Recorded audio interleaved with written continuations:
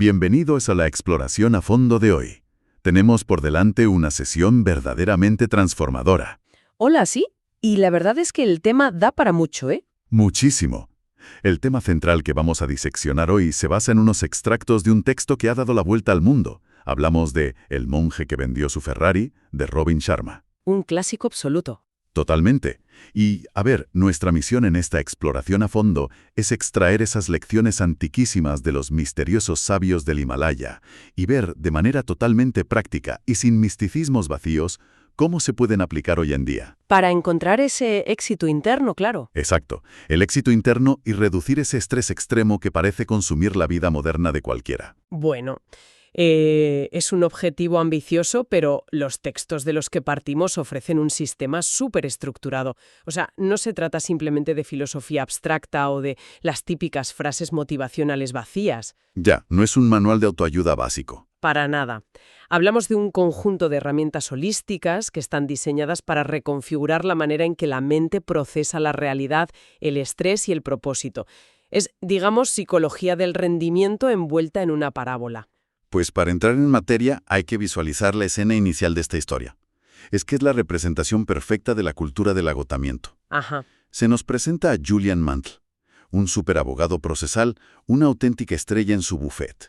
Hablamos de un hombre obsesionado con el éxito a cualquier precio. El arquetipo clásico. Tal cual.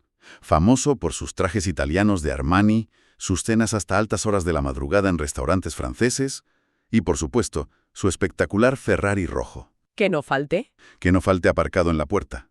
Era una máquina que trabajaba 18 horas al día. Y de repente, pues el colapso. En plena sala número 7 del tribunal, defendiendo un caso importantísimo, todo pasa como a cámara lenta. El gran Julian Mantle cae al suelo retorciéndose, sufriendo un infarto masivo.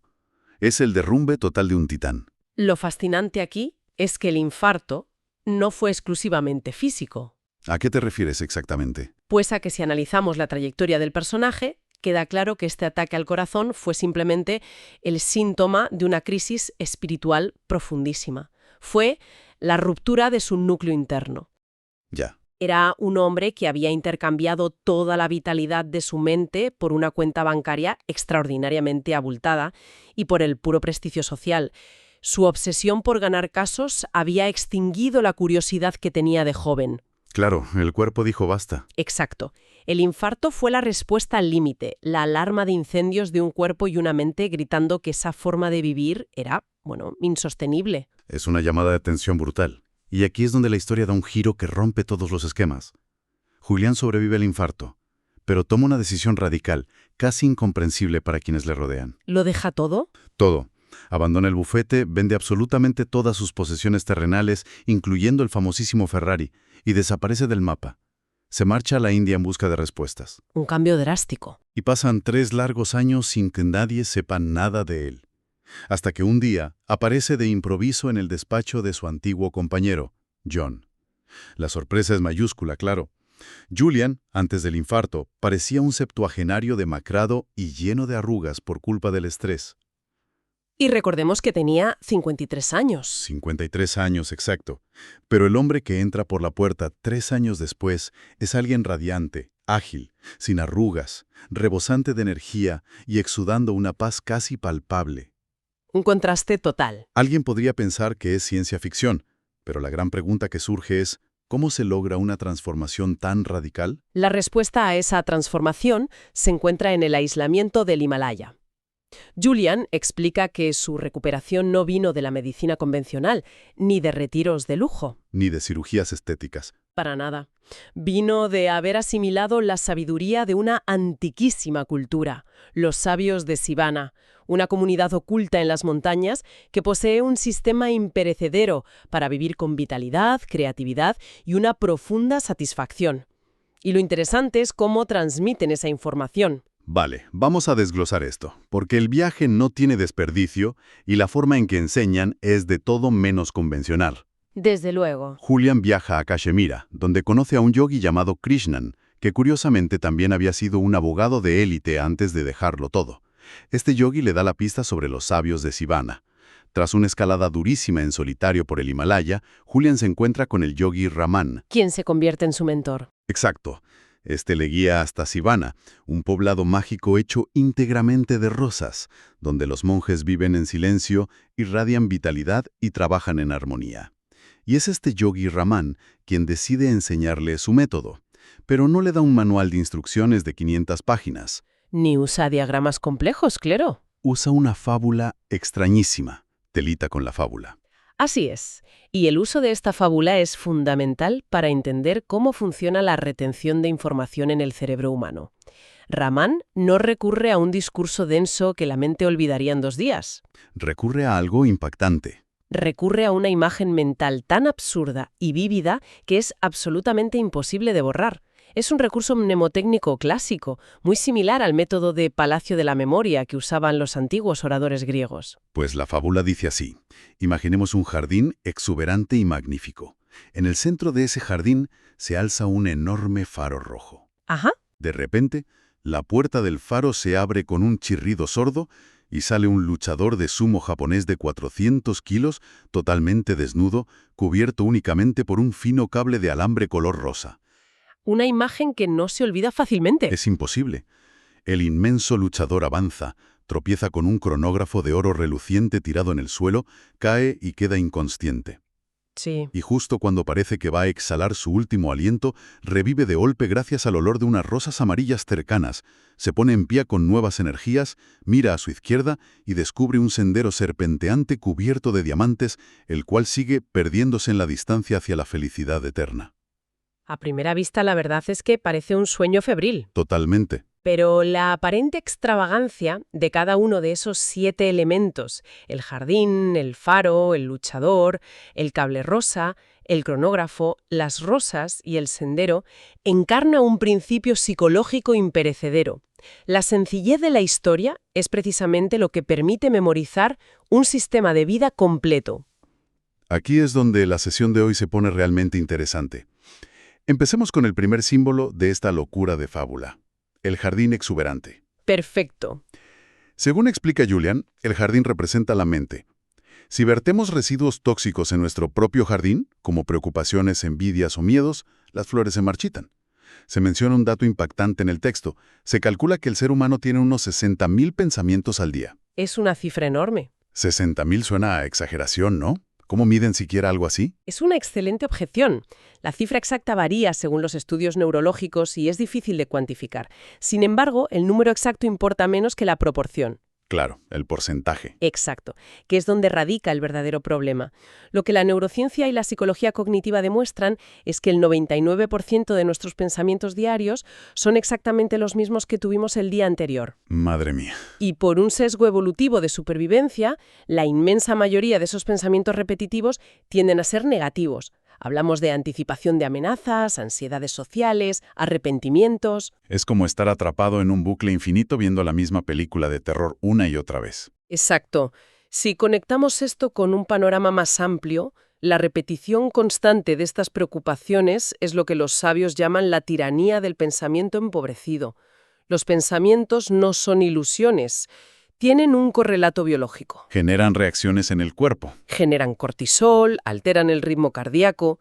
Las preocupaciones actúan como auténticas fugas de energía. En las enseñanzas se utiliza una analogía muy precisa. La mente es como el neumático de una bicicleta. Si está bien inflado, el viaje es suave. Pero si hay fugas de aire, la vitalidad se desinfla rápidamente. Quienes permiten que la preocupación domine su mente agotan su energía física sin siquiera haberse levantado de la silla. Y algo clave que enseñan en ese poblado es que no existe una realidad objetiva. Todo depende absolutamente de la interpretación que hagamos. Para ilustrar esto, el texto relata la historia de Malika Chand, una maestra de escuela en Calcuta. Una historia fascinante. Sí. Su escuela, el centro de su vida, se incendia por culpa de un pirómano y queda reducida a cenizas. En lugar de desesperarse y dejarse consumir por la tragedia, que sería la reacción habitual, esta mujer vio una oportunidad inmensa. Le dio la vuelta a la situación. Por completo. Les dijo a los padres que la vieja escuela en realidad tenía goteras, el suelo estaba hundido y las instalaciones eran pésimas. Afirmó que el incendio ocultaba el regalo de unirse y construir una escuela muchísimo mejor. Y vaya si lo lograron. Como decía el yogi Raman, no hay errores en la vida, solo lecciones. Esa anécdota encapsula perfectamente la esencia del autodominio. Pero claro, es muy fácil decir que hay que pensar en positivo. Ya, del dicho al hecho. Hay un trecho. Y otra muy distinta es hacerlo cuando la vida golpea duro. Por eso el método de Sivana ofrece técnicas concretas. Entienden que la mente es un músculo, y si no se entrena, el modo por defecto del cerebro humano es la ansiedad. Totalmente de acuerdo. Hablemos de esas técnicas prácticas, porque la primera se llama el corazón de la rosa. Consiste en sentarse en silencio, coger una rosa fresca y mirar fijamente el centro de la flor. Concentración absoluta. Sí, concentrarse exclusivamente en su color, su textura, apartando cualquier otro estímulo. Al principio, la mente divaga los 5 segundos pensando en la lista de la compra o en un correo electrónico pendiente. Pero al practicarlo a diario, se entrena la concentración pura. Es un ejercicio de atención plena clásico. Y una vez que la mente empieza a ganar esa disciplina, entra en juego la segunda técnica, que es fundamental. El pensamiento opuesto. Así es. Funciona partiendo de una ley mental inquebrantable. La mente consciente solo puede concentrarse en un pensamiento a la vez. Es como un proyector de diapositivas con una sola ranura. Si tienes una diapositiva de tristeza proyectada, no puedes proyectar alegría encima al mismo tiempo. Justamente. Así que el ejercicio consiste en que, en el milisegundo en que un pensamiento ansioso entra en la pantalla de la mente, hay que reemplazarlo activamente por su opuesto positivo. Esto es la base exacta de la terapia cognitivo-conductual moderna. ¿Romper el patrón? Romper el circuito neuronal del hábito negativo antes de que gane inercia. Julian llevaba un collar de cuentas y cada vez que sorprendía a su mente divagando hacia la negatividad, arrancaba una cuenta. Una disciplina férrea. Incluso se menciona que los monjes, si permitían un solo pensamiento de envidia, se imponían castigos como meterse bajo una cascada de agua helada. Es un nivel de exigencia enorme. Sí, demuestra que la higiene mental no era ninguna broma para ellos. Y luego hay una tercera técnica, el secreto del lago. Los sabios utilizaban la superficie quieta de un lago para visualizar sus sueños convertidos en realidad. La premisa es que todas las cosas se crean 2 veces. Primero en el taller de la mente y luego en la realidad física. Y aquí es donde la ciencia moderna respalda completamente esto. En neurobiología hablamos del sistema activador reticular, o SAR. Es una red de neuronas que actúa como un filtro de información. Cuando visualizamos intensamente un objetivo, literalmente estamos reprogramando ese filtro. Como cuando quieres comprar un coche determinado. Exacto. El clásico ejemplo de cuando compramos un coche rojo y de repente empezamos a ver coches rojos por todas partes. El coche siempre estuvo ahí, pero ahora el cerebro tiene instrucciones de notarlo. Visualizar el éxito programa al cerebro para detectar las oportunidades que antes pasaban desapercibidas. Entonces, ¿qué significa todo esto para el segundo símbolo de nuestra fábula?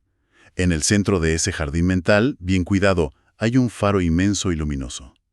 Ese faro simboliza el propósito de la vida. Lo que en sánscrito llaman dharma. Exacto, el dharma. Significa que cada persona tiene una misión heroica en la Tierra, una combinación de talentos diseñados para servir a los demás. Esto plantea una cuestión importante, la verdad. Se podría llegar a imaginar que unos monjes aislados en el Himalaya se pasan la vida flotando en un estado de pereza meditativa. Sin hacer absolutamente nada. Pero es todo lo contrario. Son tremendamente productivos y disciplinados. Su felicidad perdurable no viene de haraganear. Surge cuando hay un propósito bien definido, un faro. El que más sirve a los demás, más cosecha. Y para ilustrar el peligro de no tener ese faro, hay una anécdota brillante sobre una lección de tiro con arco del yogi Raman. Él se venda los ojos, dispara una rosa en un roble y falla estrepitosamente. Lo hace a propósito, claro. Sí, para dar una lección clave, es imposible dar a un blanco que no se puede ver. Esa lección es un dardo directo a la forma en que vive gran parte de la sociedad actual. Pasamos la vida apagando incendios diarios, corriendo en una rueda de hámster, deseando ser felices, pero sin sentarnos a definir cuáles son esos blancos. Si no sabemos hacia dónde navegamos, cualquier viento nos parecerá en contra. Para no navegar a ciegas hay pasos. El primero es formarse una imagen mental clarísima del resultado. Hasta para algo como perder los michelines de la cintura, la orden es visualizarse con detalle milimétrico. Y el segundo paso es crear una presión positiva. Que suena un poco contraintuitivo. Es una técnica astuta. Tendemos a demonizar la presión, asociándola al estrés nocivo. Pero la presión positiva, como el compromiso público, es el andamio que impide que recaigamos en viejos hábitos. Forzarse a salir de la zona de confort es el único camino hacia el crecimiento. Vale, hemos cubierto el jardín y el faro. Pero para ir cerrando, hay que sintetizar toda esta filosofía. Si reunimos las piezas, la conclusión es ineludible. El éxito externo requiere inexorablemente el éxito interno primero. Las barreras como la fatiga crónica o el aburrimiento son ilusiones, creaciones de una mente sin rumbo. Quien está exhausto en la oficina a las 6 de la tarde, de repente recupera la energía si recibe una llamada para ir a un concierto increíble. La energía siempre estuvo ahí en el cuerpo. Lo que faltaba era pasión y propósito en la mente. Y esto tiene una aplicación vital inmediata. No debemos dejar que el estrés contemporáneo apague nuestra curiosidad innata, la necesidad absoluta de dedicar al menos 10 minutos al día para reflexionar, limpiar la mente y salir del ruido. Solo cuando dominamos ese mundo interior, nos volvemos verdaderamente útiles y resilientes. Se despide la sesión dejando una idea resonando en el aire. Hemos descifrado el jardín y el faro, pero ¿qué pasa con ese gigantesco luchador de sumo de 400 kilos con un cable rosa que cayó desmayado en la fábula? Ese personaje representa nuestra propia resistencia interna. Y la fuerza oculta del Kaizen, la mejora continua. Queda la invitación abierta a quienes escuchan esto. ¿Cuál es ese peso pesado interior, ese talento dormido o sueño aplazado que está esperando el olor de unas simples rosas amarillas para despertar y cambiar el rumbo de una vida? Hay que pensarlo. Hasta la próxima exploración a fondo.